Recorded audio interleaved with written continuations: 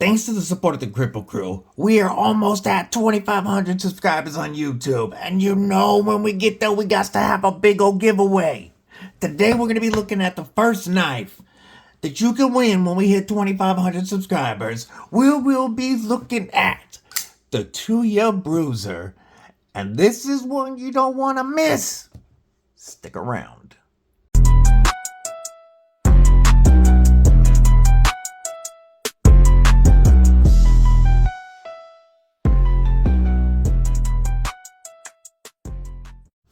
What it do, Kripple Krew? EDC with DBD, disabled by Deadly, and that's right.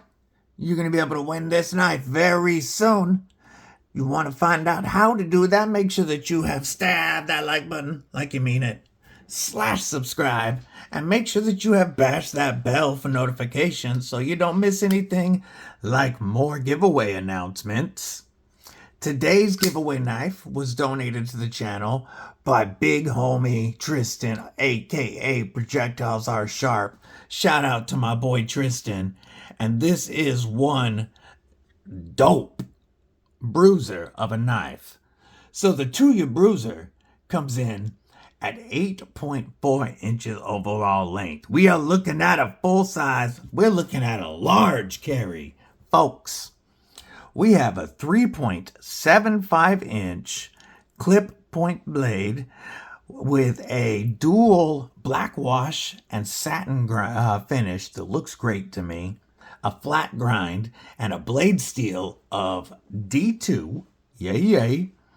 We have a close length of 4.65 inches with steel liners and G10 scales.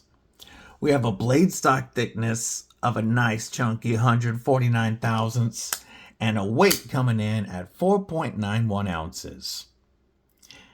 Tuya Knives, owned by Dave Warren, is known for making exceptional, high quality, beautiful premium knives. And they bring that quality to this budget knife here. By the way, right now, these are on closeout on the Tuya Knife website, and you can pick these up for only 35 bucks. 35 bucks. Now, if those sell out when you see this and you want to get one of your own, you still can pick these up on Blade HQ and at several other retailers. But that $35 is insane for Tuya build quality. I mean, it's a great price for the materials, but when you get Tuya's build quality, I think that's just stupid pricing. So, our G10 scales are slightly contoured and milled with multiple textures. So we've got a peel ply texture on the high points, and then they've milled the G10 down, not only to make it more comfortable to grip, but to add another texture and just make it look great. How often do you see multiple textures and milled and contoured G10 on a $35 to $50 knife? Not very often in my experience. We are rocking a tip up as the gods intended and right hand only pocket clip. It is mostly deep carry. As you can see, we also have a milled G10 backspacer helping provide exceptional stability. Our steel liners are milled for weight reduction, and access to the lock bar is great. This scale, the show scale, is cut back with plenty of access to that jimped lock bar. And there's zero lock stick. And it's very easy to access that. I could get to this even with gloves. This knife is built to be used even with gloves on. And you can tell, because even with heavy gloves, I would be able to access that lock bar easily. Our lockup, is right about 50%. So we are actuated with a flipper tab, and it is running on caged ceramic ball bearings. And as you can see, the action on this knife is great. If you're going to do only one style of opening method, then it has to be done very well. And this one, even though it is kind of, no, I guess it is centerline with a pivot. There is some jimping up top. I would like to see that jimping go all the way around, because sometimes you can slip off this a little bit if you're not paying attention. But if you're coming down with a light switch, it is very easy. And as soon as it breaks that detent, the blade's flying all the way open. But you can also hit this with a push button, and it works just as well. Push button, very easy. With gloves on, push button might even be the easiest way.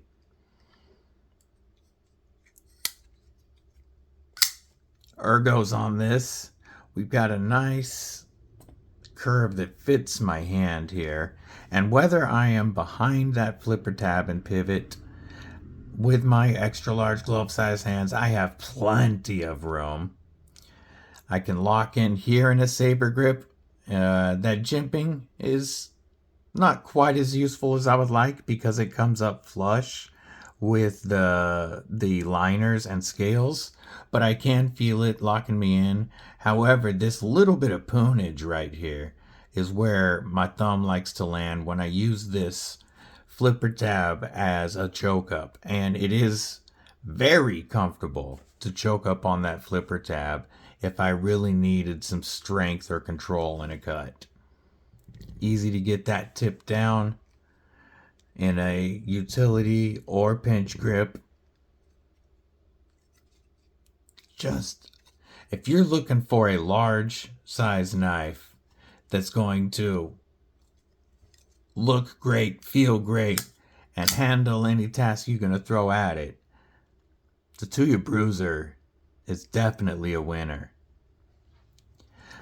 The way that they have designed the stop pin to go under the tang of the blade, as you can see, and there is a groove notched into there. Whoop, there we go. For that stop pin, so that when it comes around, it's going to go underneath the blade, in between, into that groove that's cut in the tang of the blade. And that's going to provide exceptional stability. Awesome stability with the way that lockup is done.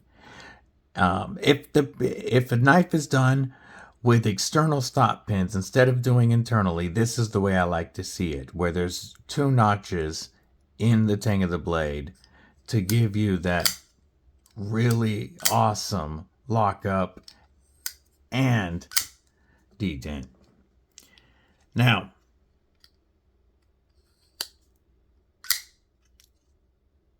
if I had to find a negative with this knife, I don't like that it's T6 tooling all around. Even the pivot, it is a captive pivot, but I wish that this was T8 hardware. But if you can pick one up at $35, who cares? I think whoever wins this is going to be very happy to get a high quality budget knife.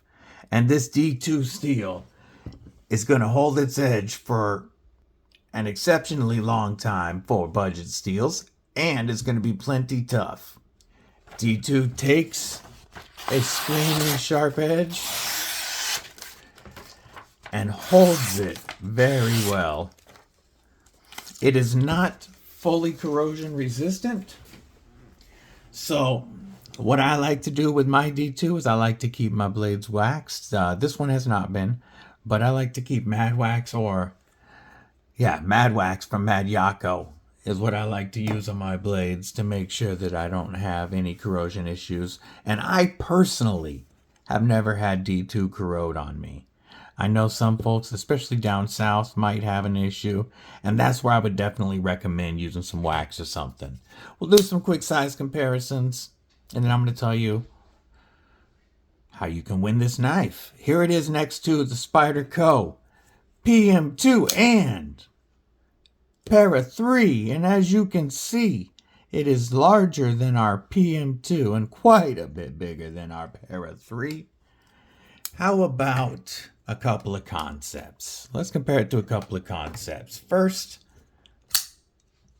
the concept Thunderhead, a Tempest Knives design, and concept Raven from Blackbird Designs, or Blackbird Blades.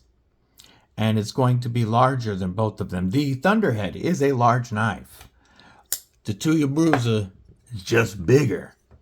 So how are you going to be able to win this knife?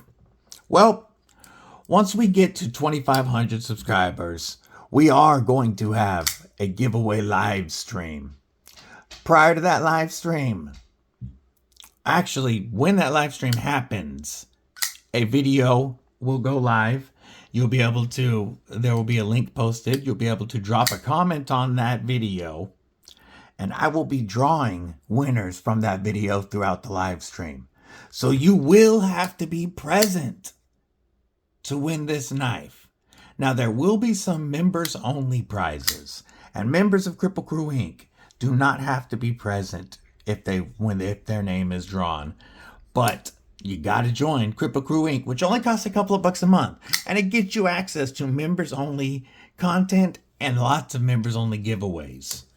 So you do have a chance. You could click join below, and there will be a couple of extra giveaways. But this knife here, you'll be able to win during that awesome live stream. I believe we're going to get there soon thanks to your support. And I want to say thank you to the Kripple Krew. Until we have that live stream, stay safe, stay frosty. Most importantly, Kripple Krew, stay deadly.